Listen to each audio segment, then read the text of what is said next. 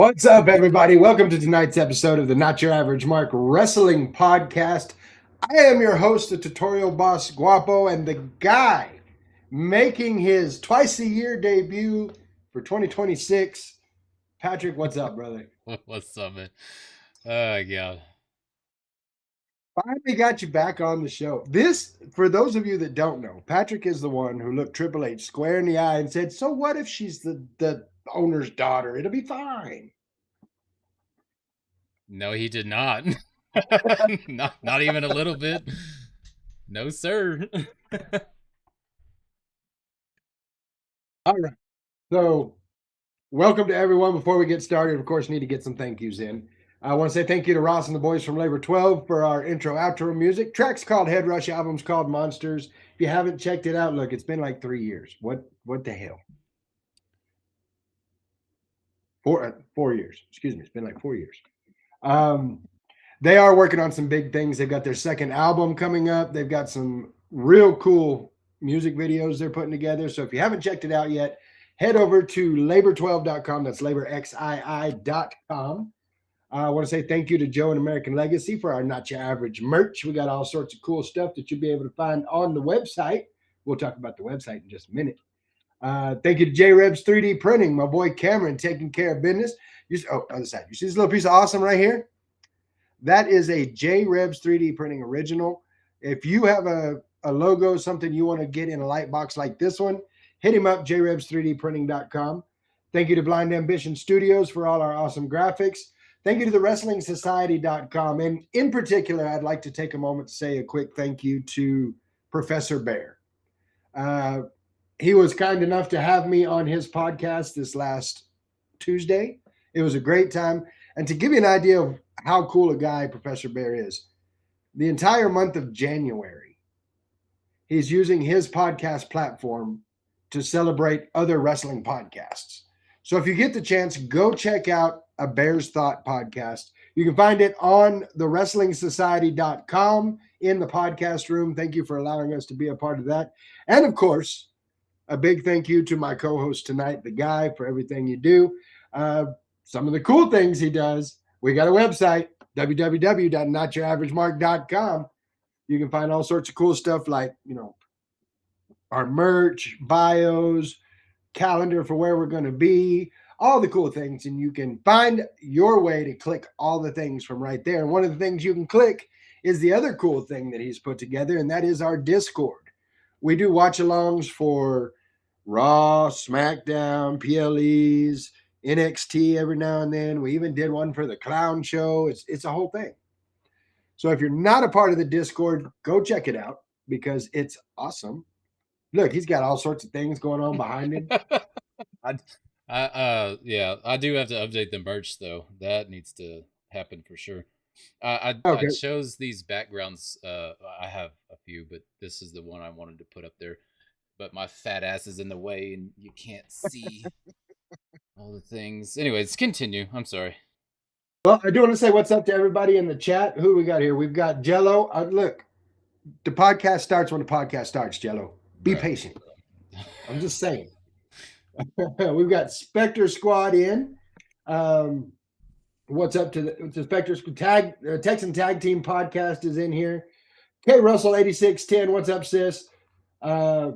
We've got Mikey in here, just all sorts of surprised and shocked and fangirling over the fact that the guy is on the show tonight. We got Aaron Marie in. Aaron, what's up? We got J-Reb. What's up, Cameron? We've got Jay Conrad Photography, the best photography in the wrestling business. What's up, Josh? Good that he made it because he doesn't usually come to the podcasts anymore. It's very rare that I see him talk. So, welcome in, Josh. Jello saying my witty chat during the watch-alongs is worth the ride. I'll give you that. Absolutely 100%. Mm-hmm. Well, now that we've got everybody here and everybody ready, let's talk a little wrestling. What do you say? What? I said a little bit. Little bit.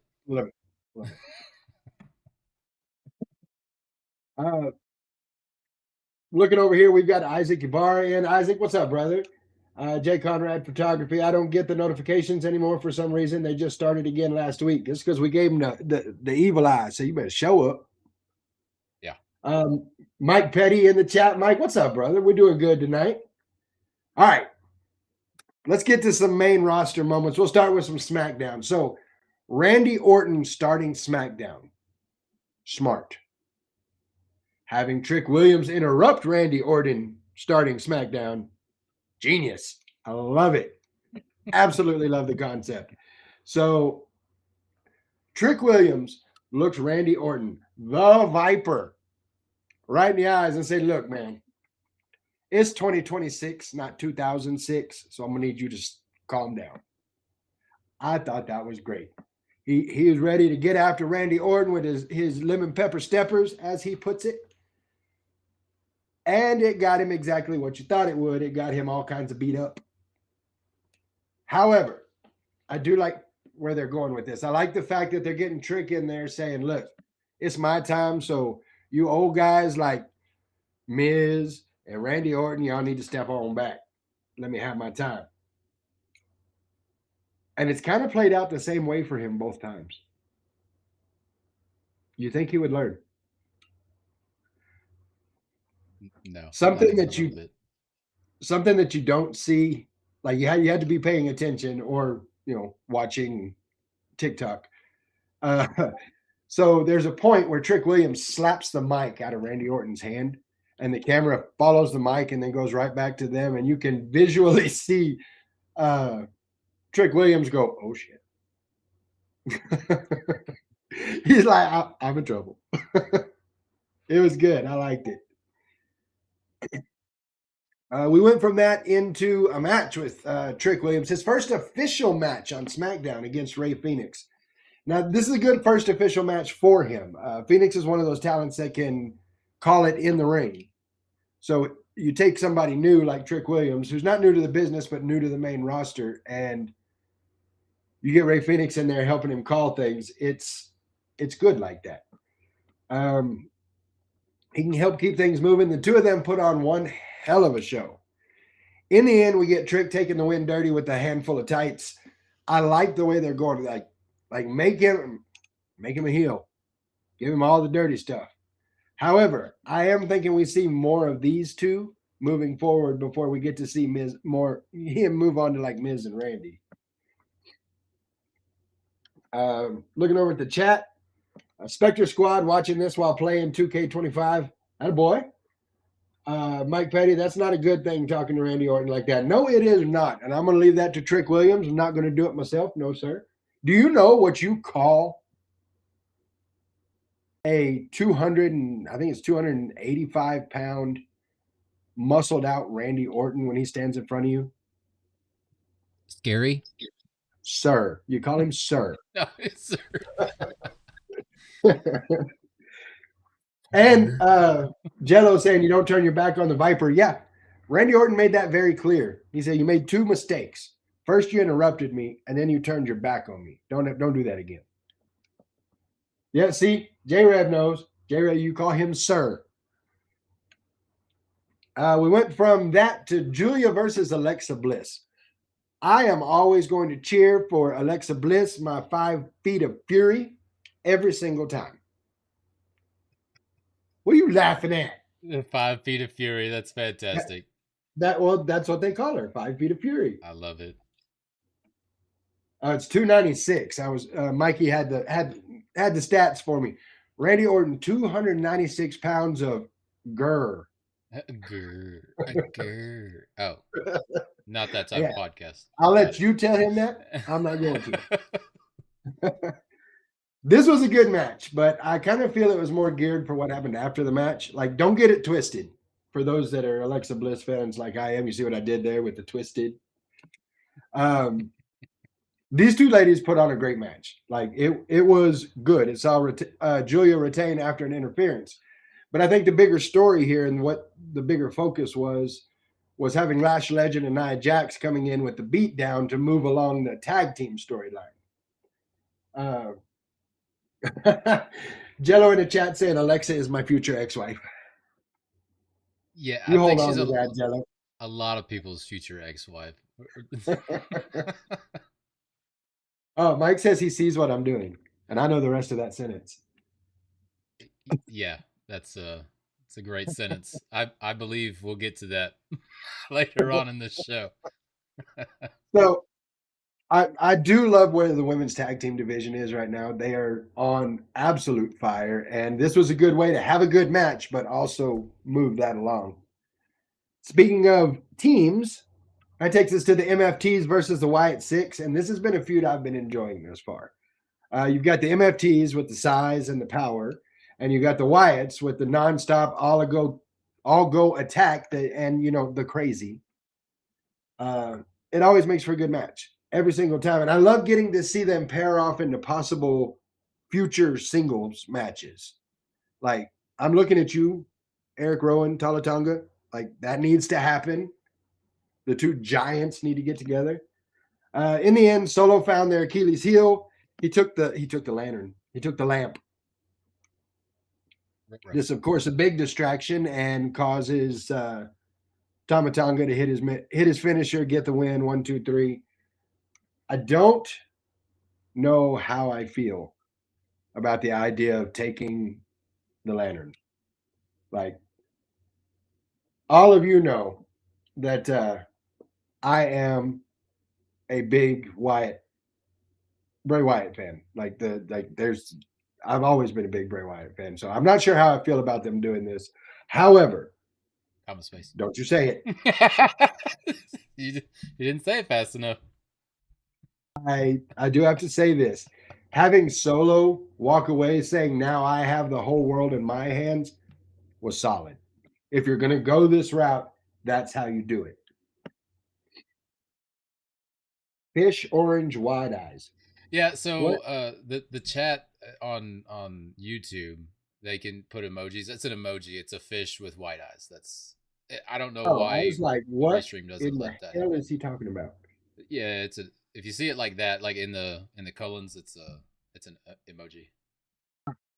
So I got Mike Petty asking, what is it with the MFT face paint? So that particular face paint comes from New Japan. It's the Gorillas of Destiny. Talatonga, Tongaloa, and Tamatonga were the Gorillas of Destiny, and now they're all here. And so they brought it back, and I absolutely love it. Jazzy Bear 25 says they are asking to get their butt handed to them later. Absolutely, they are. Aaron Marie saying Bray is Tyler's favorite too. That's because Tyler has good taste. So we got a couple of real cool backstage segments. Jordan Grace got put in a match with Alba Fire, and then we got Cody and Matt Cardona. Not, and I repeat, not Zack Ryder, but Matt Cardona. They was having them a little talky talk, and Cardona made it clear, I'm coming back for the gold. So just thought you should know. I like it when they have a little talky talk.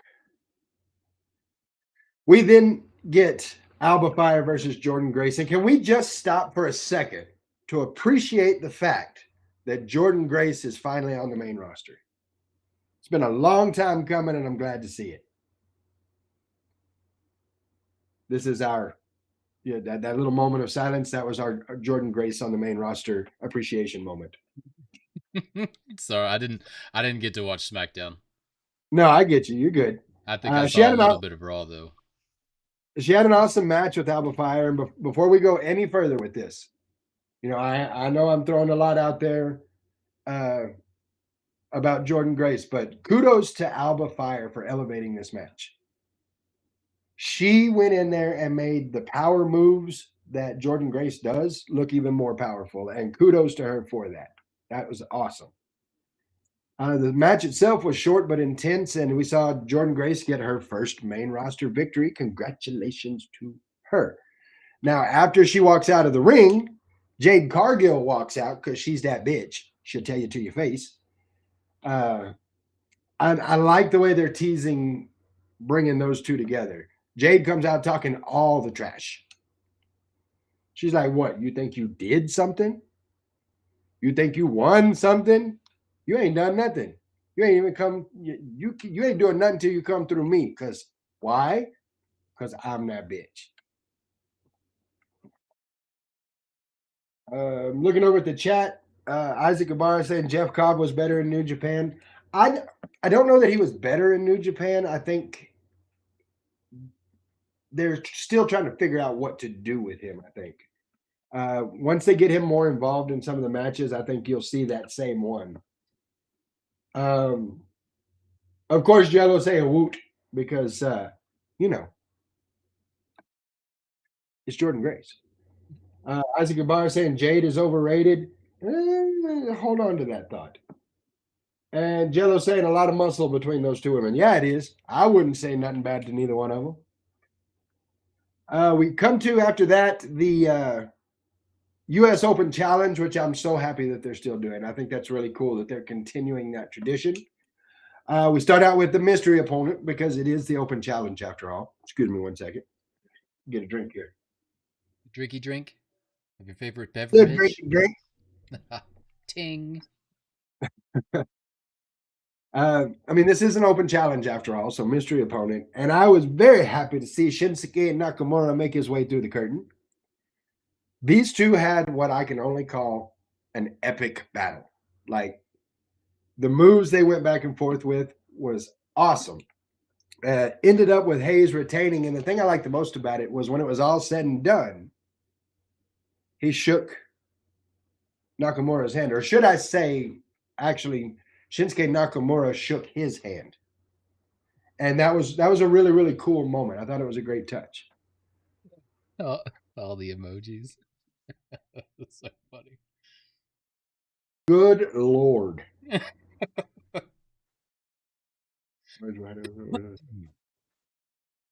funny. Right now, Carmelo is looking the best he's ever looked. Jello, I agree with that. He is in the best shape and doing the best he's done in the ring as of yet. And Mike, you are absolutely 100% right. It was a dragon screw fest. No, Patrick, not that kind of dragon screw. Listen, Linda. So we had a bit of an announcement from GM Nick Aldis. He said that we will have 4 qualifying matches with the winners fighting in a number 1 contenders match at the next Saturday night's main event, which will be not this Saturday, but next Saturday, the 24th. The winner of that match gets their title shot at the Royal Rumble. So that's going to be a lot of fun to watch, see who's going to be going for the belt. That brings us to the main event. Cody Rhodes versus Drew McIntyre. 3 stages of hell. Excellent. Sounds ominous, you know? Very. Isaac says Carmelo is him. You ain't wrong. You ain't wrong at all. Ah, okay. See, I understand now. Jello says from now on, the big-eyed fish is related to I see what you're doing there. I like it. Yeah, I like it. So we get the 3 stages of hell. This match absolutely lived up to the hype. Our first stage was a good old-fashioned wrestling match. It's what you expect, I think. Cody comes in hot. The ref gets distracted. Drew gets the dirty win after a low blow. Kind of saw that one coming. You know, Mikey, I'm so glad you asked. He's in the chat saying, looking forward to the matches tomorrow. Of course, talking about SmackDown. Wonder where I can watch that. Well, I just so happen to know where there might just be a watch along for SmackDown tomorrow night. Might be a not your average Mark wrestling podcast watch along. You know what I'm saying? Yeah, go through, click all the things. All joking aside on that, you can go to any of our socials or you can go to our website and you'll find the link to our Discord and you can join us tomorrow night. Watch SmackDown with us and let's talk about it. Even like on the website, if you are on mobile, I will say it's not as difficult, but you push in the top right corner, there's 3 bars. It's the menu bar. If you press that on mobile and you go to where it says Discord in big letters, it will bring you to the Discord page and you just click the invite. join the Discord. You can do it on PC or your phone, whichever one. It will send you right to our Discord. You answer a few questions because we kind of have a little setup there, and then once you get through those questions, you'll have access to everything you want to see. It's really good. It's a lot of fun, and as Texan Tag Team podcast there says, we gonna have us a little watchy watch. I like to watchy watch. Isaac saying that match was crazy. Cody and Drew are good together. I agree. They've got great chemistry. And what was it, 14 years ago, 16 years ago, something like that? They were a tag team.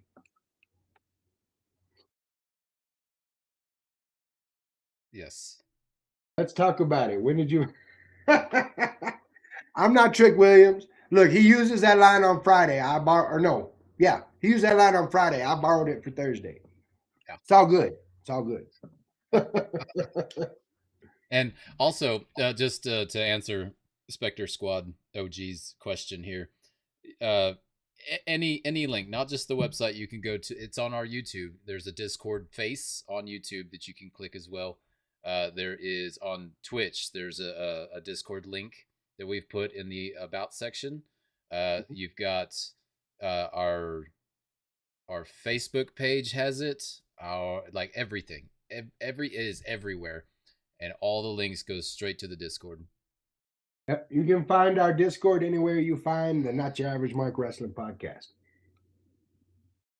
So, like I said, Cody came in hot. Ref gets distracted. Drew gets the dirty win. That takes us to stage number 2, which is a Falls Count Anywhere match, and they took full advantage of that. We had Drew putting Cody through a table. Couldn't get the win. We had them fighting out into the crowd and beating each other up. We have Cody looking like he just jumped out of an airplane, jumping from the entrance to put Drew through a table. He did. He had the whole look when he jumped off. It was funny. He's a little stiff, I think. Not that way though, right? No, not that way. I mean, if he was, it's 2026. You know, it is what it is. But I don't think so. It hurt landing on a springboard. That's all I'm saying. It would. It would. What finally did it was Cody putting Drew through the announce table. Finally got the win, and you could tell at that point both of these guys are completely gassed. Like they was tired. But I got to say, if I was in this match, I'd have been tired too. Oh, Jazzy Bear gave us a naughty. I'm sorry. My bad. Okay, maybe not sorry, but still. Not so family friendly. Yeah, not so family friendly today. The shot through the announce table was awesome. Yes, it was, Jello. I agree with that. That was the cameras are getting the shots, the angles and the shots are getting better and better. That takes us to stage number 3, which is a cage match. Now, if you're in a cage match with Cody Rhodes and Drew McIntyre, you're going to have all the back and forth, the throwing people into the cage, trying to climb the cage, calf biting, because I think they both did that. You have all the back and forth. And just when it looks like Drew's about to make it out, Jacob Fatu shows up and beat the holy hell out of him. Like it was ugly. Now, Patrick, I know you ain't been doing this very long, but let me ask you a question. If you're Cody Rhodes and you see this, you see Jacob Fatu just beating the hell out of your opponent, Drew McIntyre, what would you do? I would probably sit back and watch, unless I knew I was going to get disqualified for it. I would sit back and watch. With me, I would politely say, "Excuse me," and move around them and exit the cage and win the match and go home with my belt. But no. Cody grabs Jacob Fatu and pulls him off like, "What are you doing?" And what does he get for that? He gets his ass beat too. That makes more sense. Which allows Drew to get out of the ring, out of the cage, put both feet on the floor, and become champion.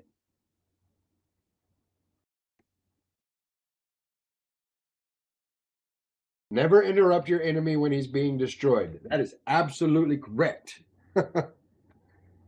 um, so yeah, Drew McIntyre, your new champion, undisputed champion, undisputed. I think so. Undistributed? I don't. No, not undisputed. It was a well deserved victory. They've been needing to put the belt on Drew for a minute now. Like the last time he had an actual title reign was in front of no one because it was during COVID. They couldn't have live crowds, and he won the title in front of no crowd.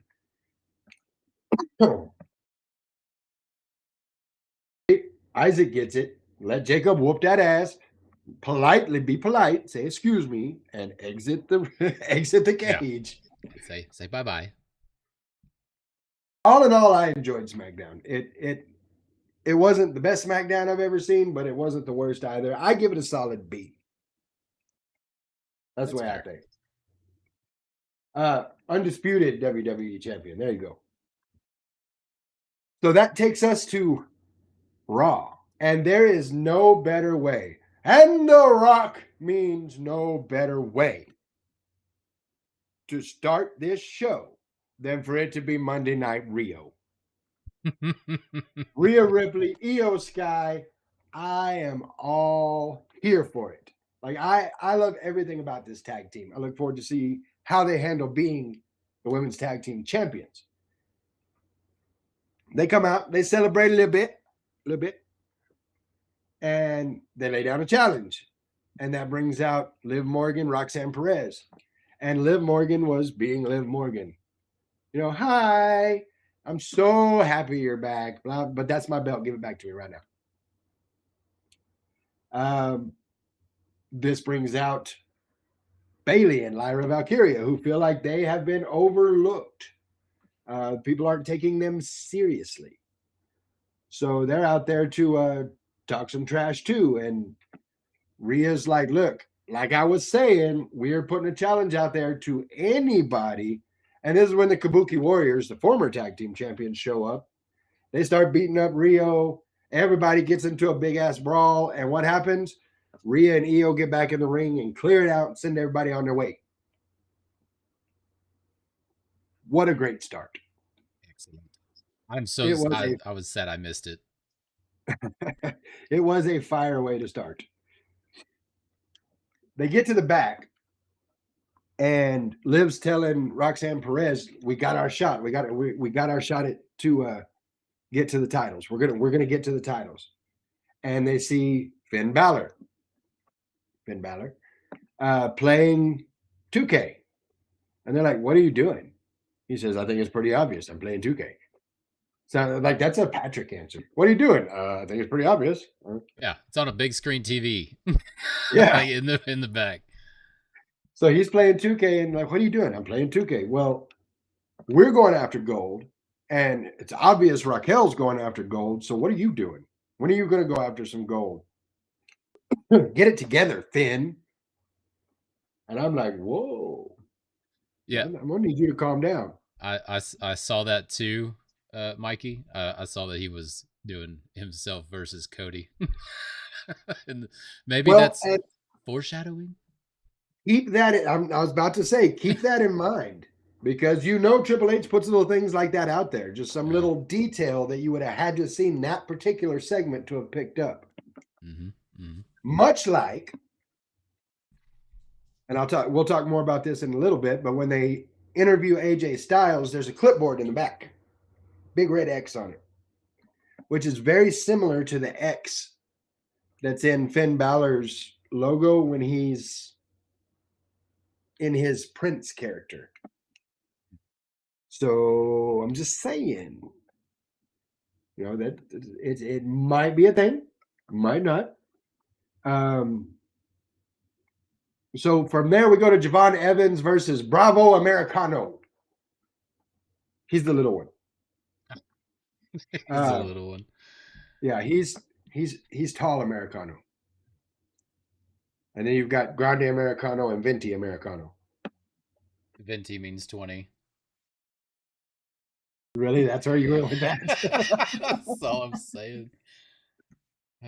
Look, It's no secret I am a Javon Evans fan, but when you put him in the ring with somebody like Tyler Bates, I mean, bravo Americano, it just ups the quality of the match even more. Great spots all through this, especially my very favorite move from this was the top rope Spanish fly from Javon Evans. That was awesome. Which I actually missed because I was looking at one of my three monitors at that time, and it was not the one with the watch along on it. Because you were like, "Oh, that was a great Spanish fly," and I went, "Where?" Like,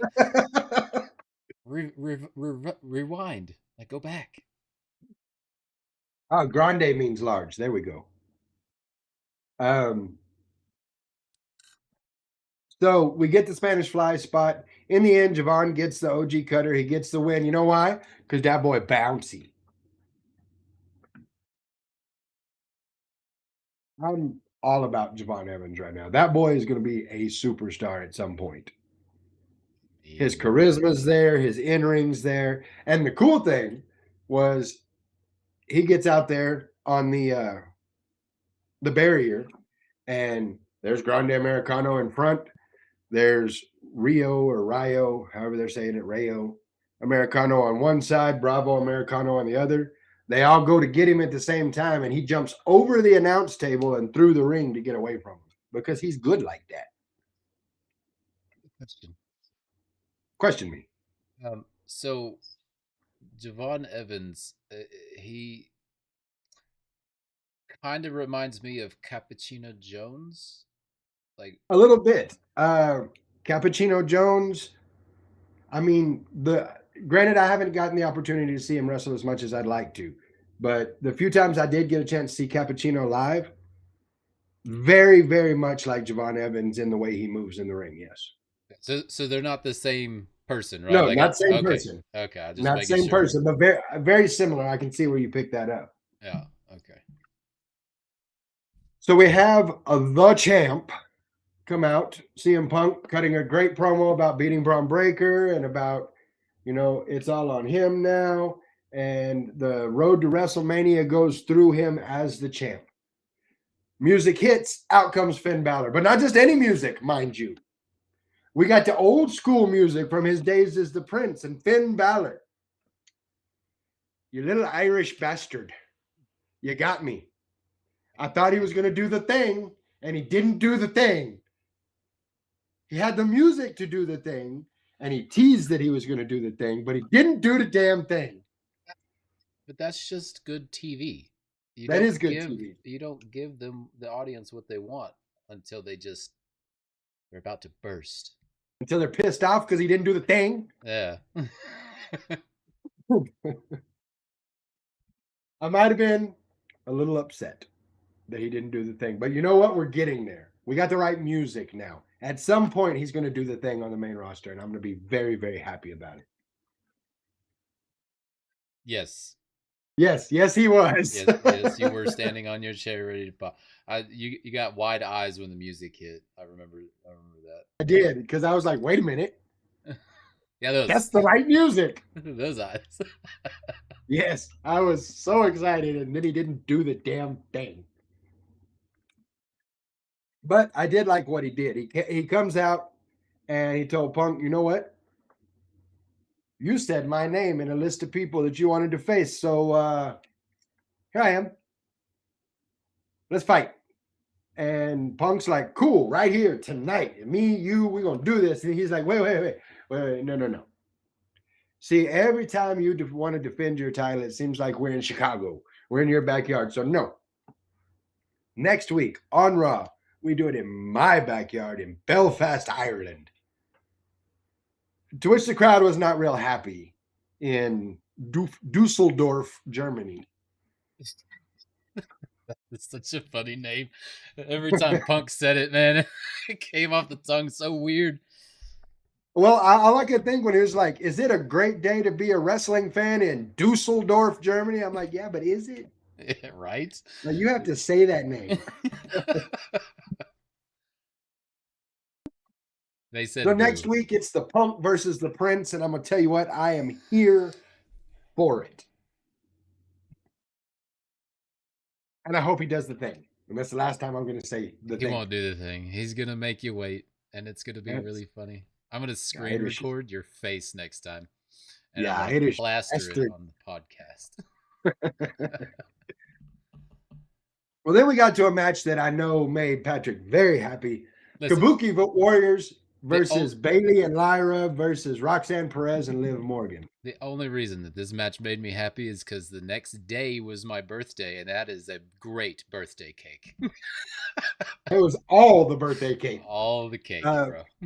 I said because the first ones to come out were the Kabuki Warriors, and then it was Liv Morgan and Roxanne Perez. And I said it when they came out, and I stand by it to this day. And those of you who live in West Texas know exactly what I'm saying. When those two girls get together and it zooms in on their face and they have that smile, that is West Texas crazy. And you don't know crazy if you haven't seen West Texas crazy. Just throwing that out there. It was the first time they were calling him Prince in like forever. Yes, there was kind of some Steph cake, but that was a little later on. Yeah. But let's talk about this match. First off, this was a crazy match, and I am going to throw the kudos out there to all of these ladies. You put 6 women in a match at one time and have it go as seamlessly as that match did. That takes talent, that takes skill, and they did a great job. Oh, yeah, that's true. The ladies did a 3-tier wedding cake just for you. Yes. Yes. Well, it wasn't specifically a wedding cake. I would say it was a birthday cake. But see, it was your birthday cake. I get you. Been freaking married 15 years, dude. I think I'd get in trouble for that. Probably so. This match went all over the place. Every team got the chance to shine, and not only every team, but they got to shine individually all through this match also. I want to say this was a 2-break match. Like they broke to commercial twice during this match. Yeah. And I enjoyed it. I thought it was great. In the end, Liv Morgan hitting Oblivion on Kairi Sane to get the win, and now Liv and Roxanne Perez are the new number 1 contenders for the women's tag team belt, and will be going up against Rhea Ripley and Io Sky. I just say that I didn't say it in the chat or anything during the Discord, but I was actually rooting for Liv and Roxanne. I know that's weird, probably. But he likes West Texas crazy. Crazy. That's yeah. It was their outfits. I like leopard or lack print. Thereof. Leopard print's good, and I really like red. After this, Raquel Rodriguez does an interview with Michael Cole. Michael Cole's like, look, why you do that? Because last week, Raquel Rodriguez beat up Stephanie Vaquer and stepped on her ankle that's in a walking boot and just messed her up in general. And Michael Cole's like, what's up with that? And she's like, nah, don't you start feeling sorry for her. I tell you what, after I beat her till she can't stand up and I take her belt, then you can feel sorry for her. Yellow says, but I'm a good crazy. Okay. Yeah. We believe you. Can I also say that when Raquel Rodriguez came out, the crowd booed the crap out of her. Oh yeah, real loud. God, that German crowd had no love for Raquel Rodriguez. No. So all of her talk brings out the champ herself, La Primera, Stephanie Vaquer, say that, you know what, I'm still the champ, and this boot is not going to be stopping me from being the champ, which brought out Raquel Rodriguez again, who once again beat the hell out of her and left her laying on the ground. Here's the weird thing about that. They basically did the same thing they did last week. And normally I would be like, come on, man. But they made it work. I'm not sure how they did it or what they did differently, but they made it work. It was in Dusseldorf. That's why it worked. Oh, because they were. That's why. Yeah. I mean, I don't know how I didn't see that earlier. That's hilarious.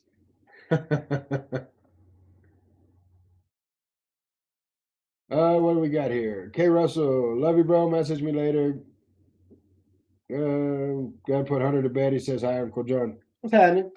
How you doing? How you did? How your mama did? What? Not a damn thing. This brings us to Bronson Reed and Austin Theory versus Dragon Lee and Penta. This was a decent match, but was absolutely more for storyline purposes. The match was good, and let me not take away from that. Everybody got their shot to shine, and the match was good. But it was Braun Breaker showing up at the end of said match and delivering what was the most brutal spears I have ever seen to a celebrating Dragon Lee that stole the show. This, of course, allowed Penta and Lee to get the win by disqualification, although I'm pretty sure Lee doesn't know it because he's probably still folded up on the floor right now. Because that was crazy.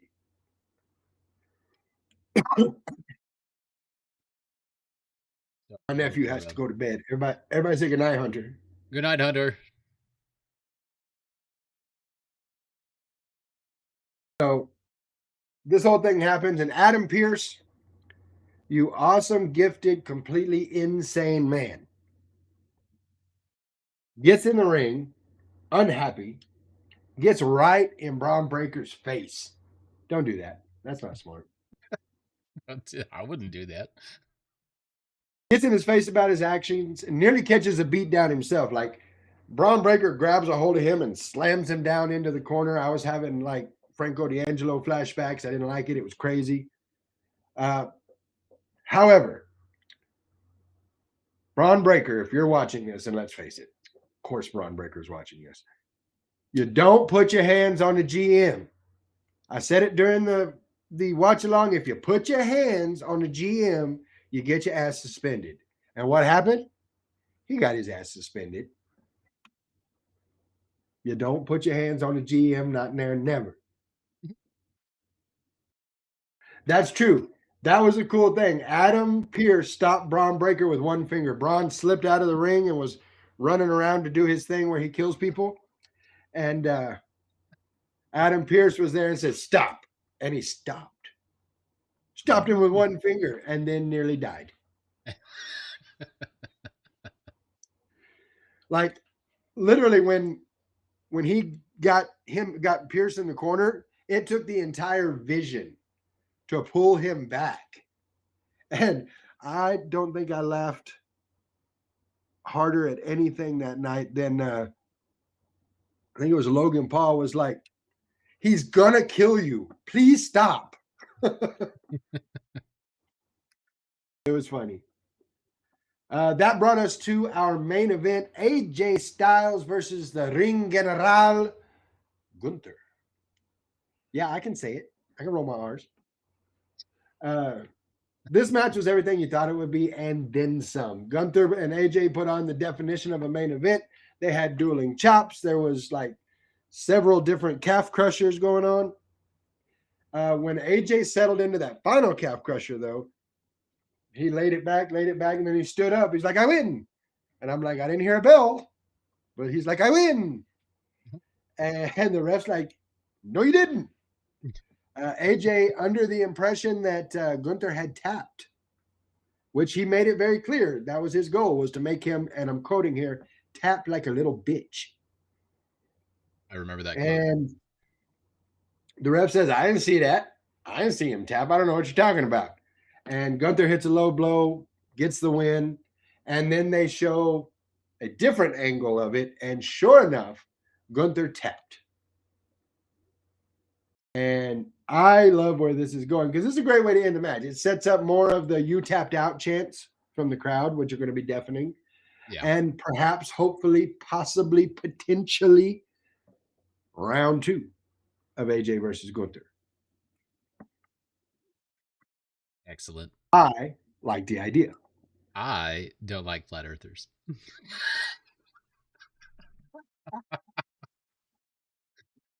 Sorry. Opinions. Good Lord.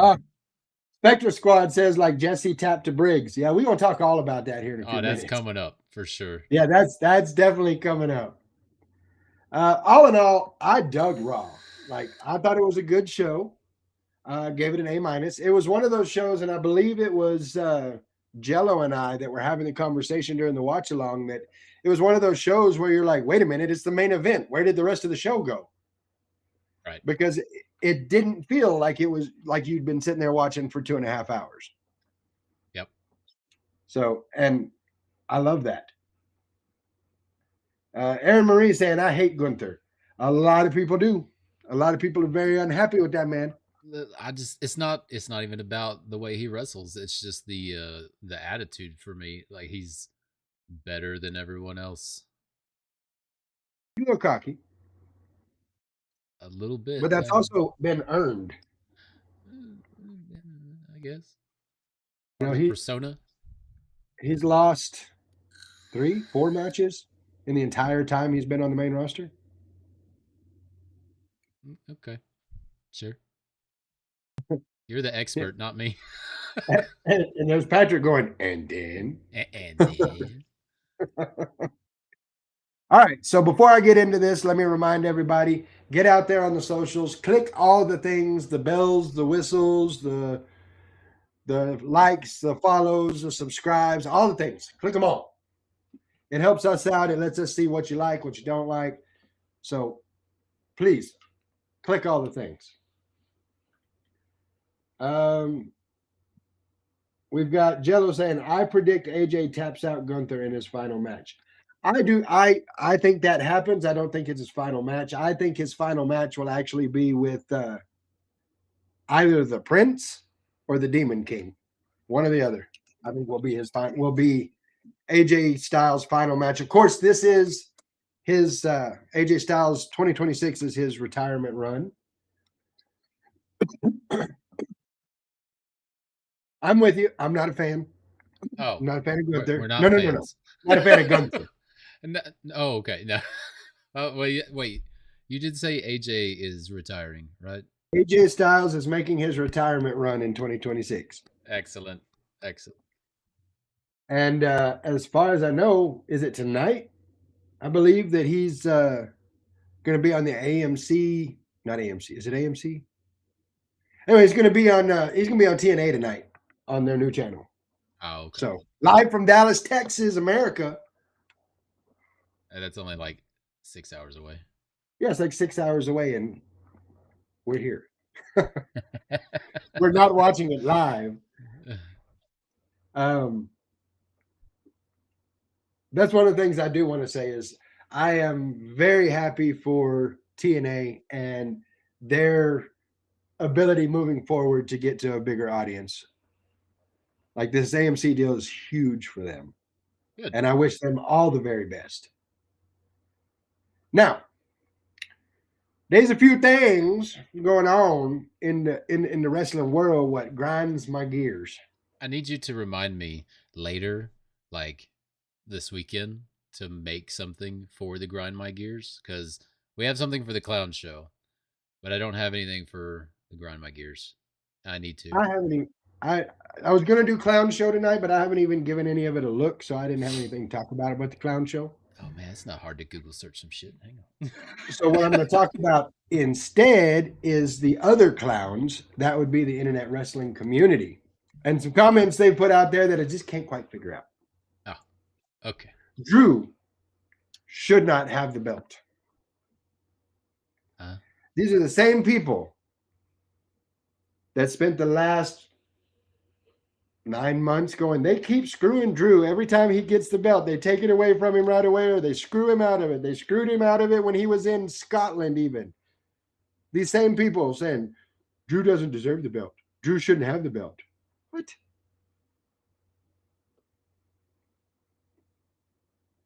There are some opinions in the IWC that TNA will soon be the #2 show. You know what? This would be, and mark your calendars, this will be the one time, if that's true, that I agree with the IWC. I do think that the TNA will surpass AEW as the #2 promotion.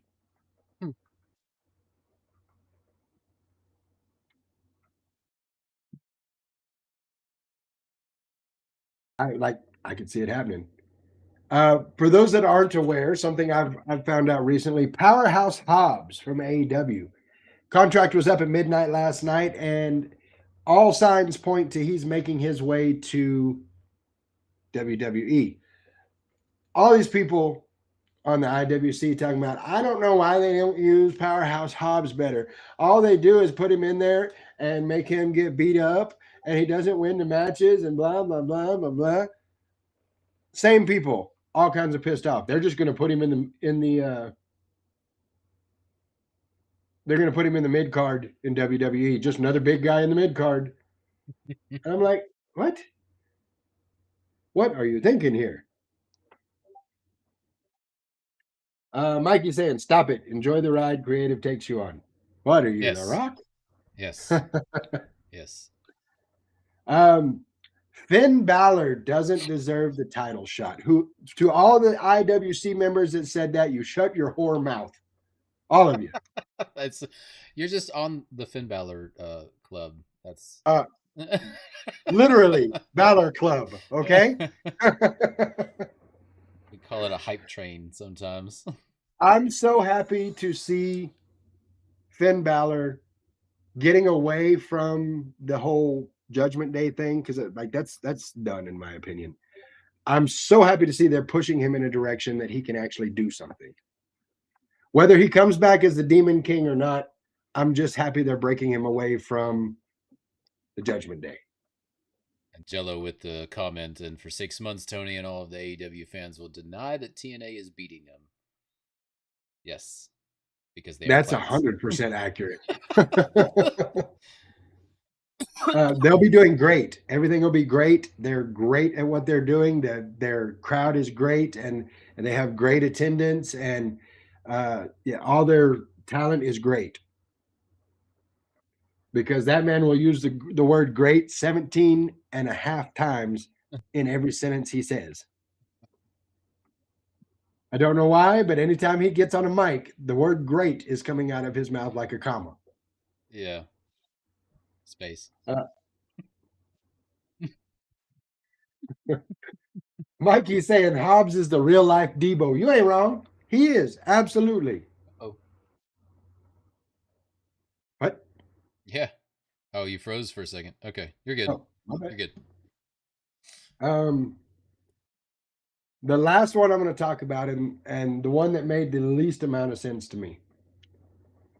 Can we not get the women's tag division to do something else other than just go after each other all the time? Do we really need a multi-tag women match? Yes, we do. Okay? Yes, we do. Look. Don't get me. Look, you know it's fixing to be a serious thing when Patrick says, look.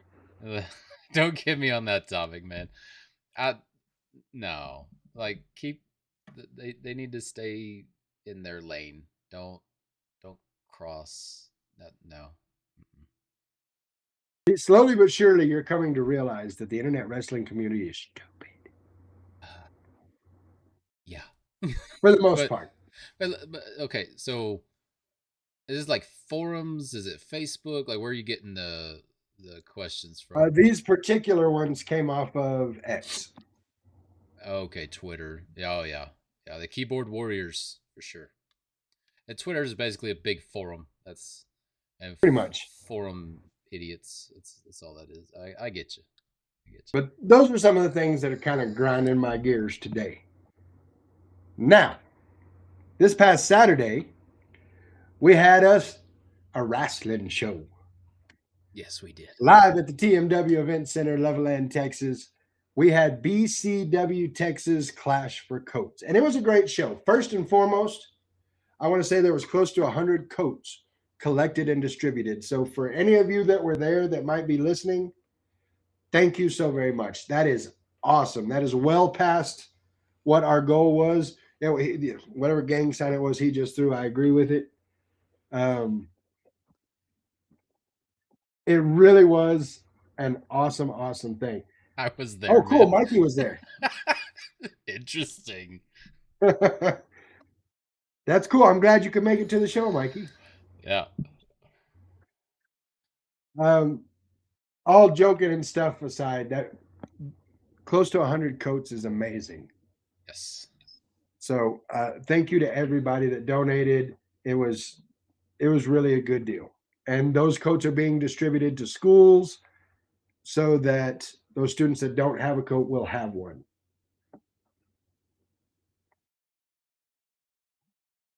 We've got Erin Marie saying, for one, they're going to burn out the women because they're using the same ones over and over. See, I don't see that. They're using the same women over and over. Yeah. Is that what she means? Okay.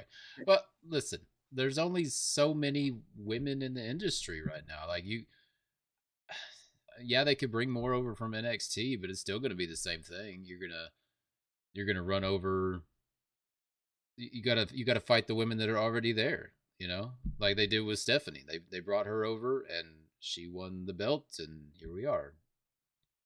Yeah. I mean, am I wrong? You're not wrong at all. I agree with you wholeheartedly. It's the same shit with the men's division. You're gonna do all the same dudes. Like Cody's story's gone on for years.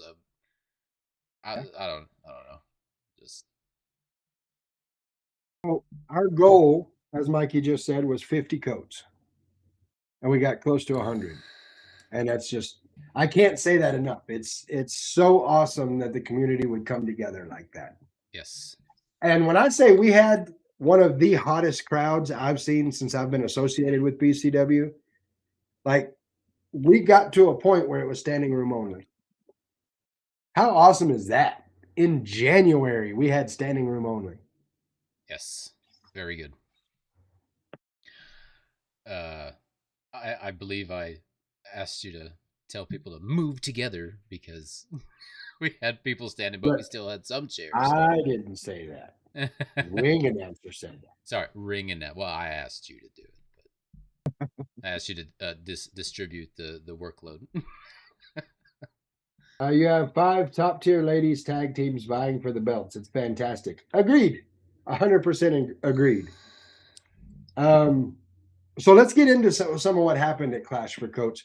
We started the night off with Tyler Spears versus Nico North in a Lubbock Pro Wrestling 101 student showcase. I was so very impressed. Exactly. Fire indeed.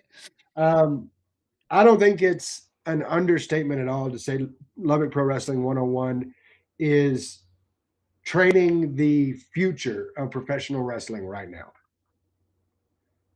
And Tyler Spears and Nico North definitely among some of their tops right now. And it was awesome to see them go at each other. It was kind of I'm trying to figure out how I want to say this.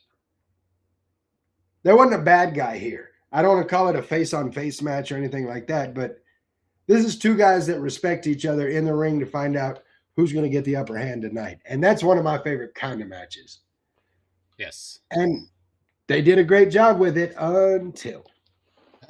I love it.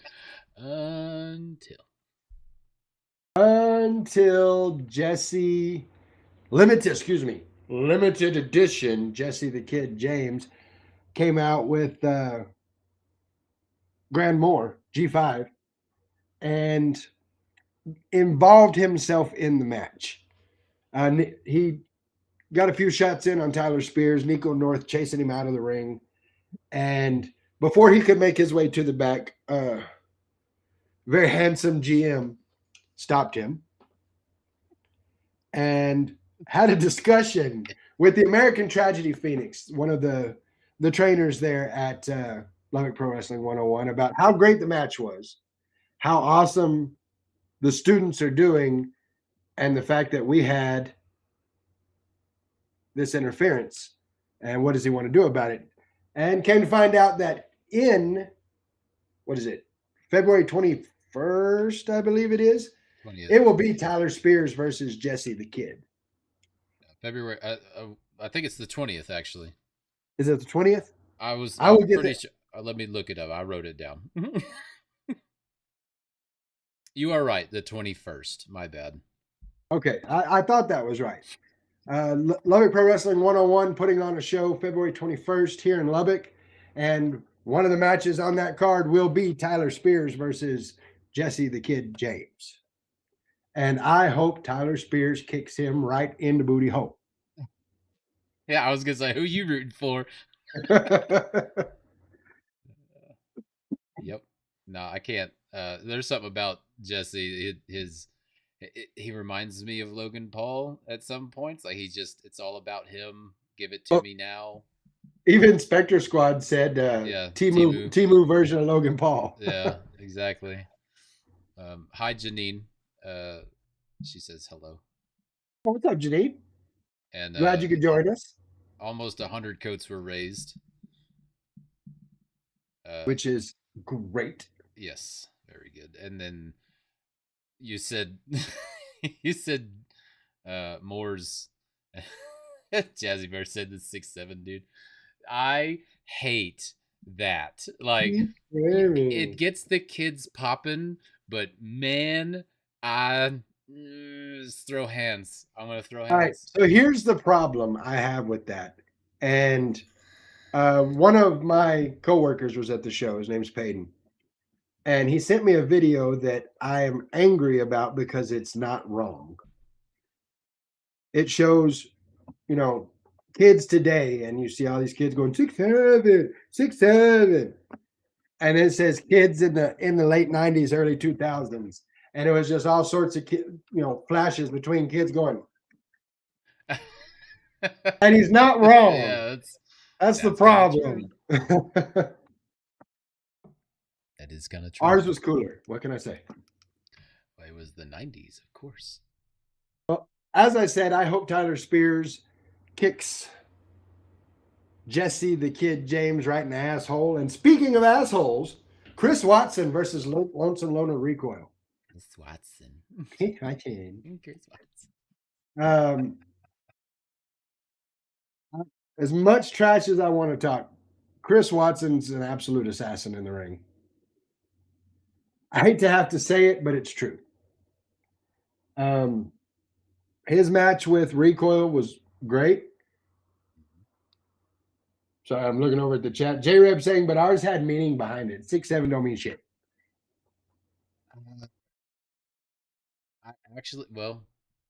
There is a meaning behind it, but my kids tried to explain it to me the other day, and I'm going to be honest with you, I didn't listen to anything they said. So I heard something like it came from some rap song or something like, I don't know.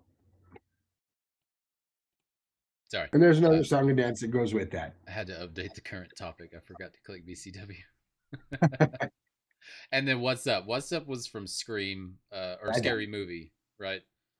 That was from Scary Movie and was lovingly adopted by the Dudley Boys in WWE. And was a signal that Devon Dudley was about to do his flying headbutt into somebody's nuts.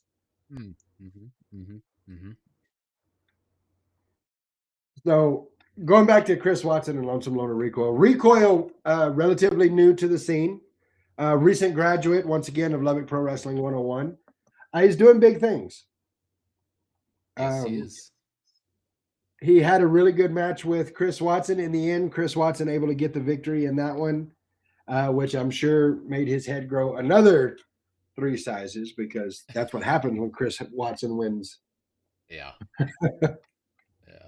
Other things get smaller when the top head gets bigger. No, it was Domino's thing. Yeah, there was a TV commercial where they were ordering pizza through Domino's and they were saying, "What's up?" Yeah, that's right. That's right. Oh, Budweiser. It was Budweiser. Why?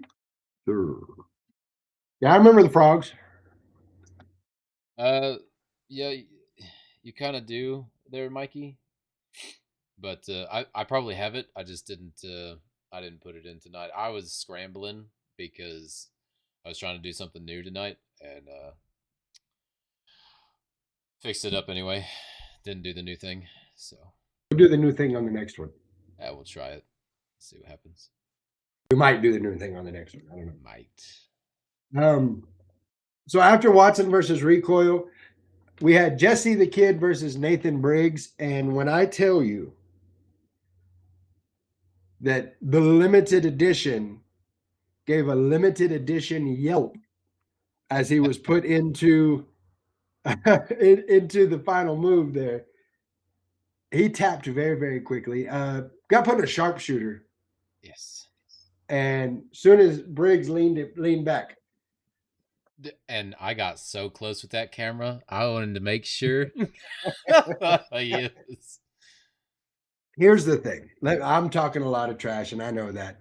I may have my favorites, potentially. But Jesse's good at what he does. Let me not take anything away from Jesse James. He's good in the ring. He's very vocal, I guess is a good word, about his opponents. Like he's charismatic. He's good. However, when you get in the ring with main event Nathan Briggs, you end up in the main event sharpshooter and you scream like a little girl and tap quickly. Yeah. Texan Tag Team saying he tapped like a bitch. Houston repping the podcast. Yeah, Houston stealing a line from WWE. Now, what the hell just happened to your face? Yeah, that's what I'm at. Like, hello. Hold on. That's odd. That's kind of tripping me out. It didn't fix it. One thing I've noticed that has been something that I've heard people say we need to move away from in independent wrestling, that now I'm seeing WWE moving a whole lot into is the overuse of the word bitch. Like, and I got told about that at a West Texas independent wrestling show. And I was like, does it get overused though? And then I've noticed how overused it does get. Oh, I see a background. I don't see a guy. I see a What the background. hell? Oh, so dumb. Hold on. You can continue. Okay, I'm going to continue on. Yeah. Jesse and Nathan had a great match. Nathan Briggs, after the match, giving a promo talking about the fact that it's a new year. He's a new Briggs, and he is focused, like laser focused on taking care of business this year. One of the main points of business he's ready to take care of is the Country Devil, Bill Donovan. As a matter of fact, Country Devil got popped just a little bit by his own guy, Jesse James. Nathan Briggs moving out of the way, and Jesse sending the Country Devil down to the floor. All in all, a good match. I enjoyed it. Then we had Jeb Bingham issuing an open challenge earlier in the month. He made it very clear. Step up. If you think you're good enough, step up. Who's going to step to the plate? Well, that question was answered by none other than Mateo El Feo. And I've got to tell you, the leaps and bounds I've seen out of Mateo El Feo is just insanity. Also, a recent graduate of Lubbock Pro Wrestling 101. And carrying the moniker of El Hijo de Los Carnales World Order. And he's Carnales for life. As a matter of fact, that's what started this match. In the end of November, Jeb Bingham rushed the ring. We had a match. It was at Break the Silence in Plainview. Emilio Guzman, our BCW Texas champion, up against Tino Valentino. And at the end of the match, Jeb Bingham ran out to stand beside Tino Valentino as Emilio was trying to beat down on him. And Mateo Feo took exception to that and decided to answer the challenge. Great match. Lots of back and forth in this one. In the end, Jeb able to get the win in this one. He's been gone 6 months. And, I can't lie. I didn't see just a whole lot of ring rust there. So I'm interested to see what both of these guys have coming up. I see big things in both of their futures. Hey, he's back. My camera overheated. Ha. Huh. I hate it when that happens. Yeah. Can't help Okay. it. Fixed it.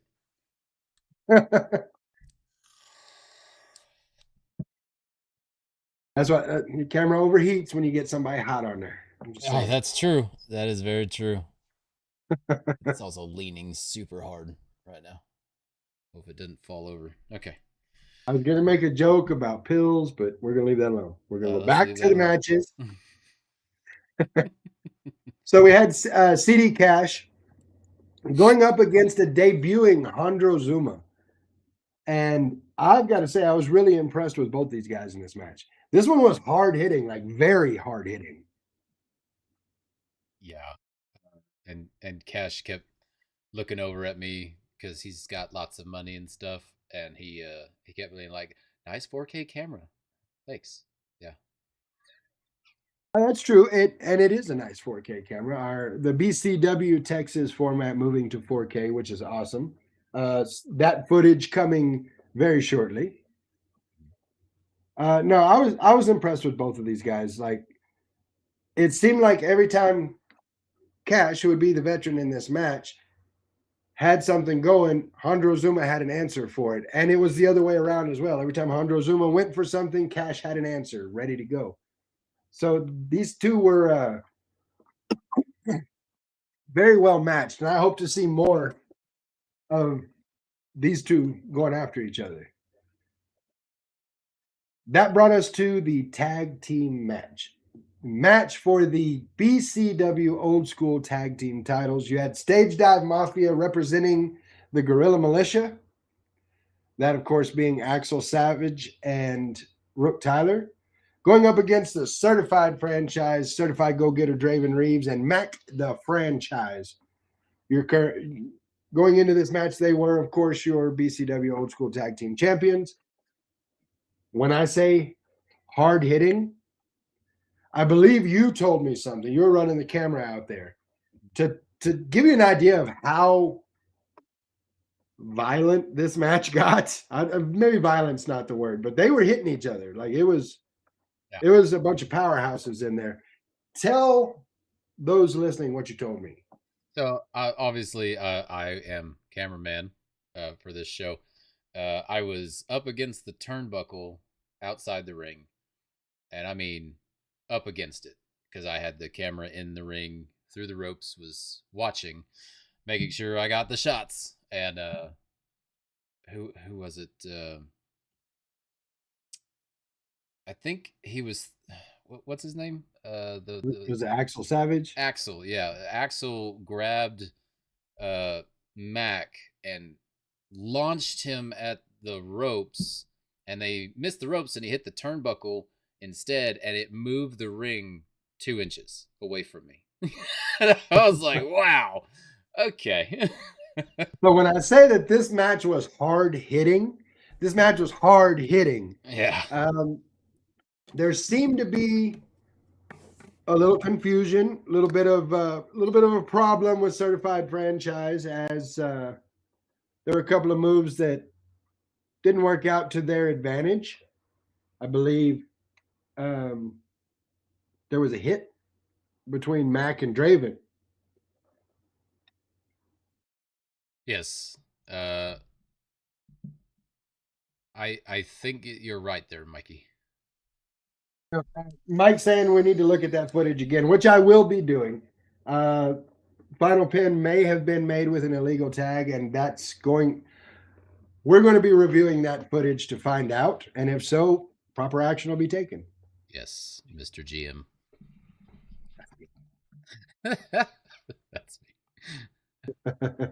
But and it's not the first time that they've been hitting each other, whether it be accidental or I want to say in I think it was Draw the Line.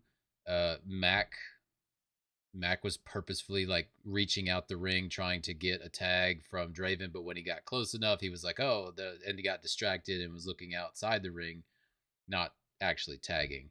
So it's been kind of a thing here lately in the last couple of shows.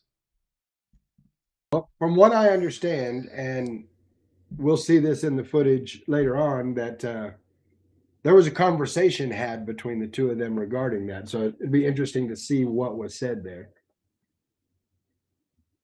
So certified franchise might not have lost. Well, I can say this regarding that. If we go back and look at the footage and it was an illegal tag that led to a pin, the titles are not going to change hands. They're not going to change back. The referee's call is final. That's been a rule all along, and rules are rules. Like, they're in place for a reason. That's part of what started the old school tag team titles, is the rules that go with the tag team match. The old school rules. So rules are rules. The refs say is final, so that match will go to the Stage Dive Mafia, who are your new BCW Old School Tag Team Champions, and that won't change. However, should we find that it was an illegal tag, then we will take the proper steps to make sure that's justified. We get that justified.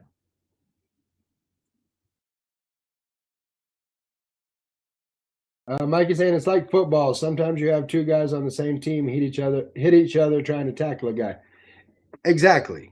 Absolutely right. But that will be looked into. For now,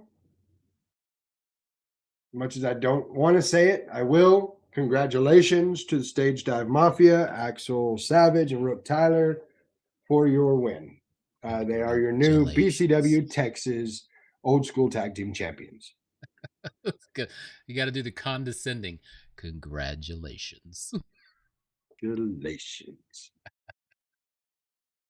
So then we have Emilio Guzman, our BCW Texas champion, going up against somebody who has been gnawing at the bit to get at him, that being Marcus MD. Doc was ready for this one, has been for a long time. There have been situations where these two were supposed to meet up in the ring. Doc was injured at one point. Emilio, I think Emilio wasn't available on one of these guys. Have supposed to have been in a match a couple of times, and so Doc was not at the bit for this. And what a match it was! Yes, another one of the hard hitters. Like, I was in the back and heard one of the chops that came from that match. It was that hard. Yeah. Very well fought match. A lot of back and forth in this. There was a couple of times I was like, "Ooh, Doc's gonna win it." Oh wait, no. Emilio reversed it. Emilio's got it right here. No, Doc's back. There were so many false pins. I was like, "Oh, no, and it kept people on the edge of their seats, and I'm always down for a match like that. In the end, Emilio did get the win. He is still your BCW Texas champion. Did you see the handshake at the end? I absolutely did, and I was rather surprised. I expected exactly what I saw to begin with. Doc reaches out his hand, Emilio gets out of the ring. And before he got back in the ring, did you notice the interaction between Mateo El Feo and Doc? Mateo looking right at Doc and saying, "I see you. I think I'm watching." I think so. Trying to get camera angles and stuff. But I think I remember that slightly. Janine Wade in the chat saying, "So much fun to tell my Bubba Axel he sucked." What? Tell him one time for me, would you? Same. No, Emilio versus Doc, great match. Emilio getting back in the ring. I honestly thought the referee was going to have to break it up. I thought we were fixing to get another fight right then and there, but Emilio stuck his hand out, shook Marcus MD's hand, got out of the ring, went to the back. I was impressed, to say the least. It took like 5 minutes for that to happen, though. Like, it took a very long time for Emilio to finally get back in the ring and actually shake his hand. He circled him like a vulture forever. He did. But you know what? It's progress, I think. Yes. That brings us to our main event. Damian Blood versus Gideon Vane. Oh, wait.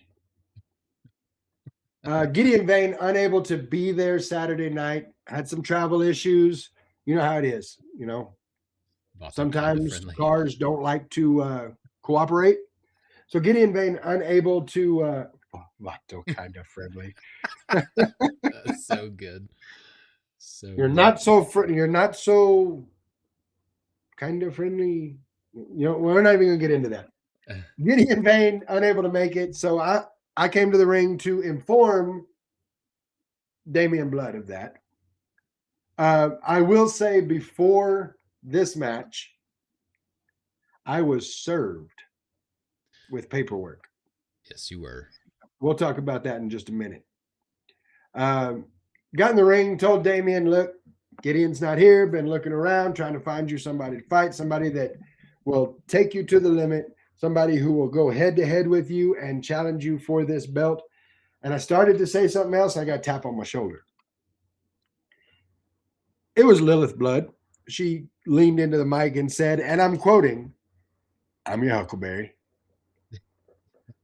To which I couldn't have laughed harder. Damian's like, whoa, whoa, whoa, whoa, whoa, whoa. I didn't sign up for that. Hold on. And Because the he knows. crowd went wild. The crowd did go. I asked the crowd, what do you guys think? Do you want to see Damian Blood versus Lilith Blood? Do we need a little, couples counseling here? And crowd was down for it. So that's exactly what we had. Damian Blood versus Lilith Blood in a crazy match. To say the least, yes. Damian asked me before the match started, have you ever been in the ring with a Tasmanian devil? To which I responded, no, but looks like you're going to be. Have fun. Good luck. Okay, bye-bye. Yeah. I'm out. Wash my hands of that. It was a crazy match. It went all over the place. In the end, Damian able to get the pin. I would like to say before I talk about him getting the pin, seeing Lilith Blood do a top rope tornado DDT, that was awesome. Yes. Like that, I was like, whoa. Also, like Texan Tag Team there is saying it was a very bloody match. Because Somewhat Lilith, bloody. well, he split his forehead open, dude. Like I was there, saw it. He's bleeding all over the place. But he hit that turnbuckle real hard with his forehead. And the pop on that. I'm surprised that the turnbuckle, like the ring, was still standing. He hit it real hard. No, they did not hold back on each other at all. But in the end, as I said, Damian able to get the win, and he is your inaugural BCW Texas Southwest Legacy champion. Yes. And I couldn't be happier for him. Congratulations. Very much so. Mikey saying favorite thing, Lil busted Damian open, then kissed his boo-boo, and then punched him in the head. that was pretty funny. Yeah. Going back to the idea of I got served. Axel Savage, as we're doing a giveaway for coat, for the people who gave coat donations, Axel Savage hands me a piece of paper, tells me I got served, and walks away. This piece of paper was from the lawyer for one Franco D'Angelo. One Franco D'Angelo that I personally suspended for putting his hands on our ring announcer. Apparently, the legalities of it, the legal department has looked at it, and his suspension does not take away his number one contendership that he won. That being said, March 14th at the TMW Event Center for Separate Ways, Damian Blood will have his first BCW Texas Southwest Legacy Championship match against Franco D'Angelo. I don't know why we got legal involved. I'm a little perturbed about it, but that kind of ties my hands, so that is going to happen. Ruffled your feathers, did it? ruffled them a bit. Kind of a lot. There will be more information coming out about that in the coming weeks, so make sure you're looking for that. But that does bring us to the 9:30 hour. I think BCW Clash for Coats was a great show with a hot crowd and more coats than we could have possibly asked for. So all in all, I'm going to call that show S plus. Sure, I'll go with that. Yes, and I can understand why they're Mikey with the referees not okay with refereeing Franco. I will be speaking with each of them individually. We're going to have to get that figured out. Like I said, more information coming in the coming weeks. But as we have hit that 9:30 mark, I want to turn it over to you, Patrick, for all the people watching, all the people listening, all the people that found out Tuesday was your birthday, and the wrestling community in general. It's time for your final thoughts. Final thoughts. Wrestling's been what? I still didn't hear your microphone's cutting out. You can't whisper. Said there's a screen for that. Oh, there is a screen for that. Sorry, slacking because I'm actually on the podcast today. There we go. Is that better? There we go. Night, Aaron. Thanks for joining the show. Night, Aaron. Appreciate you. But yeah, wrestling in general is great. At I think, especially with BCW, it's the best it's ever been. Like starting off 2026, hit the ground running. Clash for Coats was amazing. If you weren't there, definitely come to the one in March. That will be I don't even know the date. Do you know the March date, Guapo? 14th. March 14th. March 14th, live at the TMW Event Center. Yes, it is going to be a great show just as much. I'm or if not better. Like I don't know how you could do better than S plus, but we'll find out. It's plus. Minus whatever, if Franco shows up and does his crap, but I'm having a great time, and I'm sure, since we've been on the air for 4 years straight at this point, a lot of people know I don't usually wrestling anything. I may be the behind the scenes guy, but I don't like talking about it because, let's be honest, it's not my favorite. But I'm becoming a fan slowly but surely. We're getting there. Excellent, Smithers. Oh wait, is that a copyright? Anyways, yeah, and having the community come together and getting that many coats is fantastic, especially for the kids that don't have them. Let's do that a lot more. I've got like maybe another tub coming next year, so like we're already in the works for getting more from me and my family. So good there. I really don't have much else there. Click all the things. Yes, click all the things. Click all the things. Come and join us in the watch alongs. The watch alongs are really great. That's another place I'm becoming a fan, is watching Guapo's reactions all the time, and I needed him to do the thing. Yeah, for sure. I will say there is one person that I do miss here, even though he's a complete asshole right now, and that would be Rick. I do miss his historical interaction, I guess, is what I miss the most out of our watch along. We got him. Jello's doing a good job of being that guy, but one day I hope we get Rick back. When he's just watching the show, Rick's a good dude. When he's not sicking his freaking guard dog on me.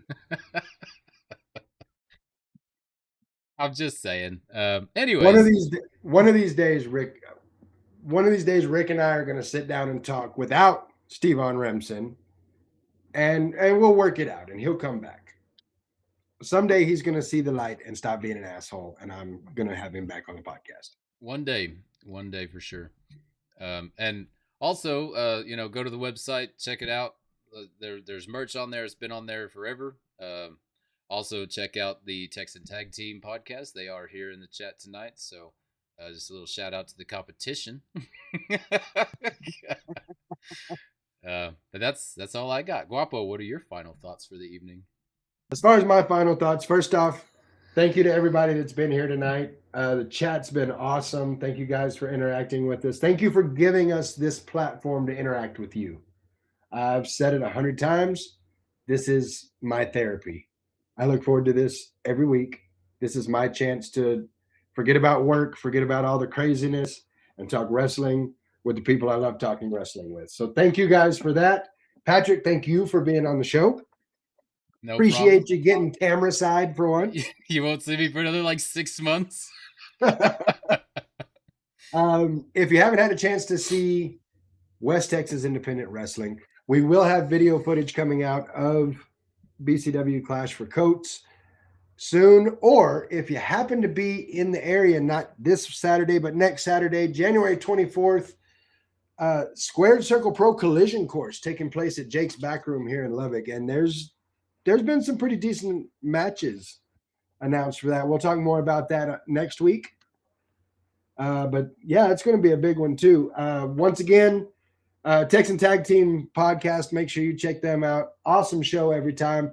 Make sure you're checking out A Bear's Thoughts. Professor Bear, always a great person to watch and listen to. And make sure you come check out our watch along tomorrow night when we do SmackDown. I hope to see you all there. Until then, I'm Guapo. That's the guy. We're not your average marks. We'll see y'all next time. Yeah.